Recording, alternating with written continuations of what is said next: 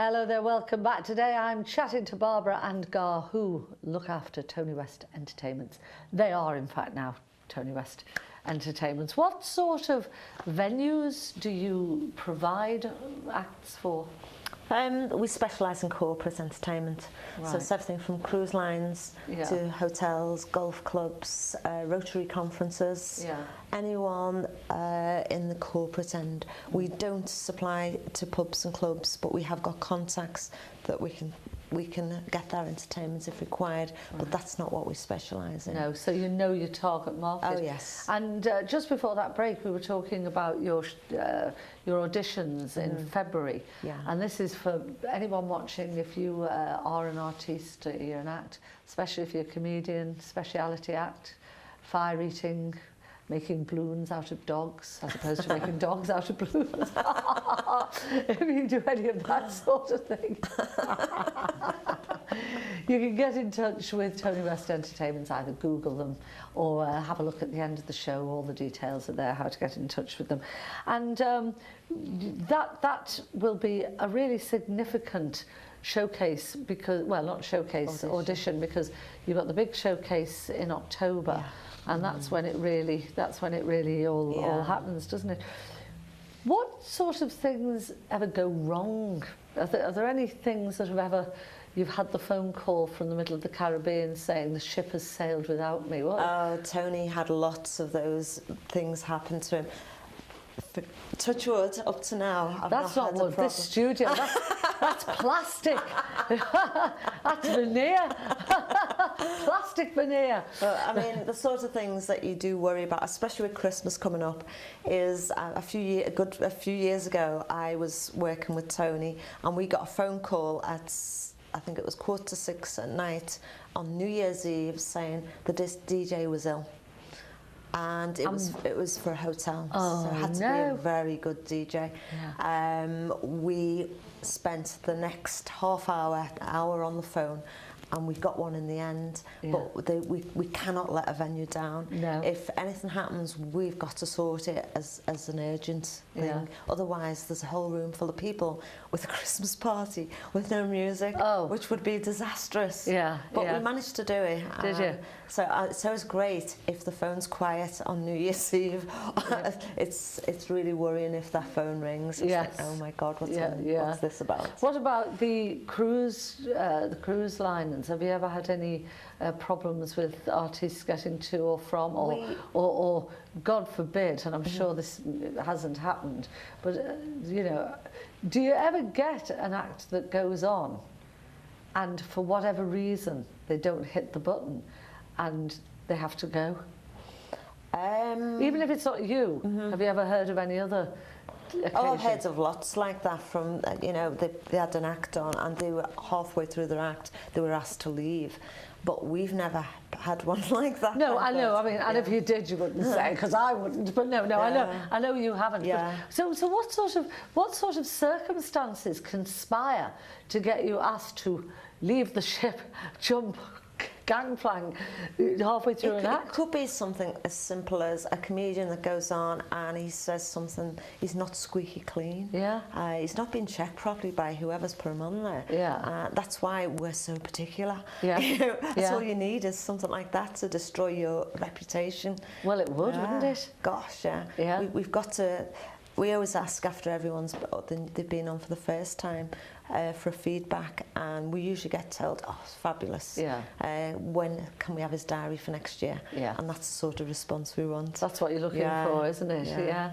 So what do you two do? I mean, I know your brother and sister, but what do you do in your spare time? Spare time? Well, I know, I feel a bit like that myself, but this is why I ask you, because I find it hard. People say, what do you do in your spare time? And that's what we say, what spare time? What do you do for entertainment? Because you've seen every fabulous entertainer there is to see. Do entertainers entertain you? Can you be bothered watching in your own free time? The hardest thing to do is to go and watch a 3-day audition, a showcase audition from, I go to one every year, in Blackpool, Yeah. and it starts to get really, oh gosh, why am I here? Because there's a lot of singers that'll go out and sing the same song for an audition, so you start to get a bit bored. So if something special does come on, it's like, wow, what's this? That's what I'm there for. So you have to watch a lot of mediocre entertainers before you'll find the right one, especially with us supplying to the cruise lines. We've got to be so very particular, but I do enjoy watching like the X Factor, and I'll sit and criticise it all night, because half the people that get put forward on that wouldn't even put on our showcase. No, and I think you're right with that. And what, go on, so were you Marcus or were you Little Mix? I was Marcus. I was Marcus. Marcus, you were robbed. No, I mean, all joking apart, Little Mix, I mean, they are 4 soloists who were put together to create a group, and they were very good, but it's just, I know Marcus, he's a lovely boy, such a shame, but he will go on to do extremely well with Gary Barlow behind him. Definitely. Very often the ones that come second do better than the ones that come first. Right. Yeah, look at that lovely Will Young. Yeah. Oh, I mean, he's got longevity, he did his apprenticeship. He was very, very, well, he won okay, but you know what I mean. What was the other one? Gareth Gates. That poor lad's sort of sunk, hasn't he? Yeah, you never hear about him anymore, do you? Yeah. Yeah, that's it. Oh, he's, I believe as well that Marcus, he's got a really super recording contract, so as long as you've got something like that, you're going to do all right, aren't you? Yeah. You can't have that much sort of exposure without getting something out of it, can you? No, I suppose not. No. What did you think of Susan Boyle when you very first saw her? Well, I think I was the same as everybody. Thought, oh my God, who's this coming on? And when she sang, it was just the second her voice opened her mouth. That's a fabulous. Absolutely superb. I'm sure it was set up. And that's the sort of thing you're looking for, isn't it? Oh yeah, well, you just don't know. There's so many good acts out there. Yeah. And I mean, we do get people applying on a daily rate, and we turn more down than we take on. Yeah. But we're just looking for that someone special.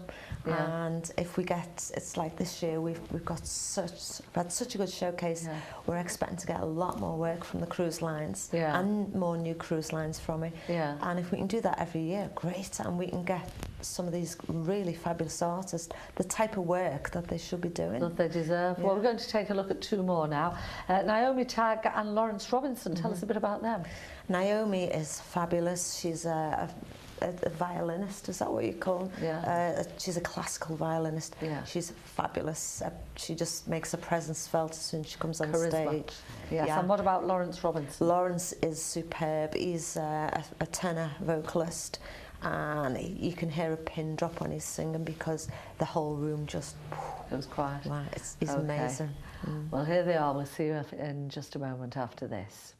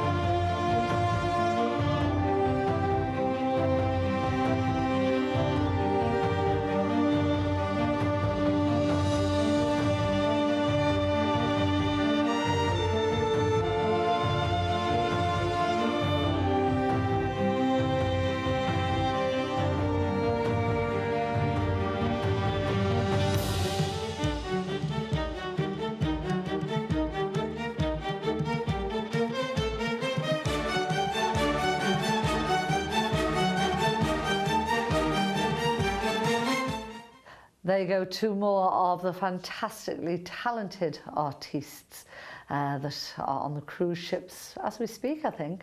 Anyway, we're going to take a quick break and we'll be back with a bit of tribute mania after this.